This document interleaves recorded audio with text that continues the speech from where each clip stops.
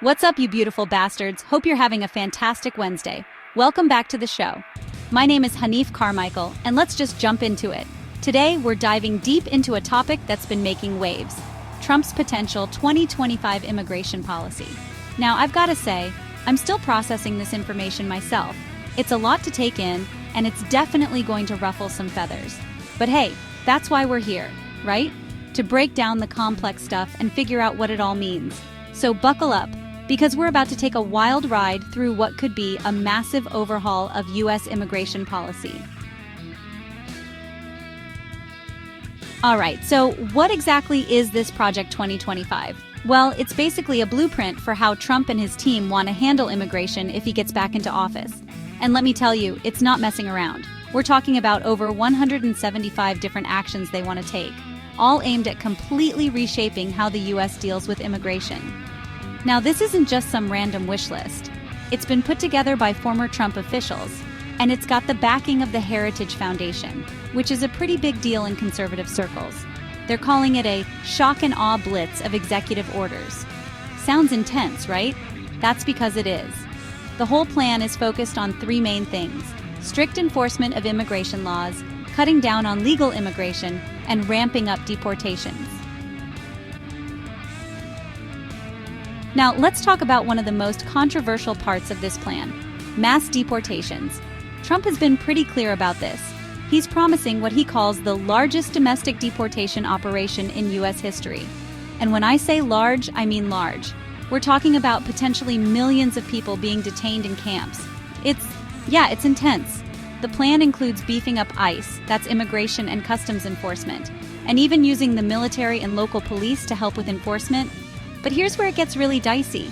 There's talk about invoking something called the Alien Enemies Act and using expedited removal. Basically, these are ways to bypass a lot of the legal protections that are currently in place. It's like they're trying to create a fast track for deportations. Now they're also talking about ending something called administrative closures. That's when ICE puts deportations on hold because a judge says so. All right, so we've talked about the big deportation plans, but there's more to this immigration overhaul. Let's dive into some of the other changes they're proposing. First up, visas. You know those T and U visas, the ones for victims of certain crimes and human trafficking? Yeah, they want to get rid of those. And they're not stopping there. They're also looking to cut down on visas for foreign students, especially from countries they're calling enemy nations. It's a pretty big shift in how we handle these specific groups of immigrants. But wait, there's more. Remember Temporary Protected Status, or TPS? It's this program that lets people stay in the U.S. if their home countries are dealing with things like war or natural disasters. Well, Trump's team wants to end that too. We're talking about nearly 400,000 people who could lose their protected status. Now, this next part, it's probably going to be tough for some of you to hear, but it's important we talk about it. The plan includes some pretty drastic measures that would affect families and children. First off, they want to go after birthright citizenship. You know, the thing in the Constitution that says if you're born here, you're a citizen? And it doesn't stop there. There's talk about barring undocumented children from schools. Just let that sink in for a second. Remember those family separations at the border that caused such an uproar a few years back? Well, they're planning to bring those back too. I know, it's a lot to take in. And look, I'm not here to tell you how to feel about this. But I think we can all agree that these are some pretty extreme measures. We're talking about policies that could fundamentally change what it means to be born in America, to go to school here, to keep your family together. It's heavy stuff. And it's definitely going to be controversial. I mean, just imagine being a kid caught up in all of this, or a parent trying to make the best decisions for your family. All right, let's talk about the border, because, you know, it wouldn't be a Trump immigration plan without some major changes there. So, what's on the table? Well, first off, they're talking about a massive increase in border militarization. We're not just talking about more guards or fences here. No, they're considering some pretty intense stuff. There's even talk about using heat ray technology. And this is where it gets really serious. There's mention of potential shoot-to-kill orders. Yeah, let that sink in for a minute. It's a lot. Now, of course, the wall is back on the agenda too. They want to expand it, make it bigger, tougher to cross. And they're planning to beef up border patrols big time. But it's not just about physical barriers. They're also looking to make some major changes to asylum access. Basically, they want to end it. It's the kind of stuff that's going to raise a lot of eyebrows, not just here in the US, but around the world. I mean, think about it. We're talking about potentially using military-grade technology against civilians. Now, I know what some of you are thinking. Hanif, there's no way all of this can actually happen, right? And you know what? You might be onto something there. Because let me tell you, the opposition to these plans is already gearing up, and it's coming from all sides. First off, we've got organizations like the ACLU. They're basically saying, hold up, a lot of this stuff isn't constitutional. And they're not wrong. A bunch of these proposed policies are going to face some serious legal challenges. But it's not just about the courts. Congress is going to have something to say about this too. There's talk about pro-immigrant legislation, funding for legal representation, all that good stuff. And it doesn't stop there. We're also seeing resistance at the state and local level. Some states and cities are already saying they're not going to play ball with federal enforcement. They're talking about providing legal support, protection, you name it. It's like, imagine if the federal government says jump and a bunch of states and cities are like, nah, we're good down here.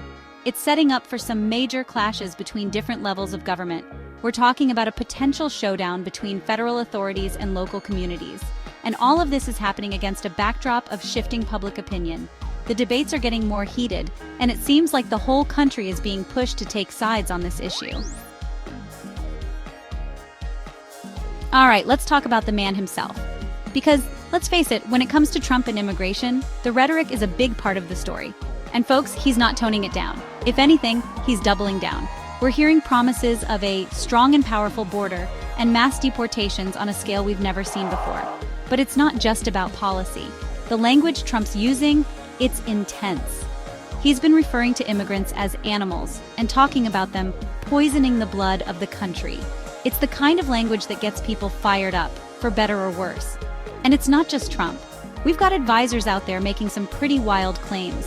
Like, there's this one guy saying undocumented immigrants are harming American children. No evidence to back it up, but they're throwing the word invasion around like it's going out of style. Now, here's the thing. This kind of talk, it has an impact. It shapes how people think about immigration, about immigrants themselves, and that can have real-world consequences. We're seeing shifts in public opinion, debates getting more heated. It's like the whole country is being pushed to take sides on this issue. And that's something we really need to think about, how this rhetoric is shaping our national conversation and what that means for our future as a country. And that's where we're going to end today's video. Phew, that was a lot to take in, right? I mean, we've covered everything from mass deportations to border militarization, from visa changes to some pretty intense rhetoric. It's a lot to process. And look, I know this is a topic that gets people fired up.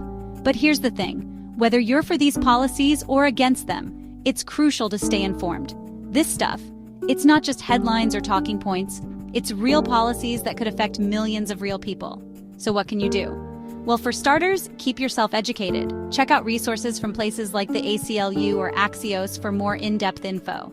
And remember, it's not just about the policies themselves. It's about understanding the human impact, the legal challenges, the political battles. All of that stuff matters. And hey, if you feel strongly about this one way or the other, get involved. So what do you think about all this? Let me know in the comments below. And as always, if you like this video, hit that like button and subscribe for more. This has been Hanif Carmichael. I love yo faces, and I'll see you in the next one.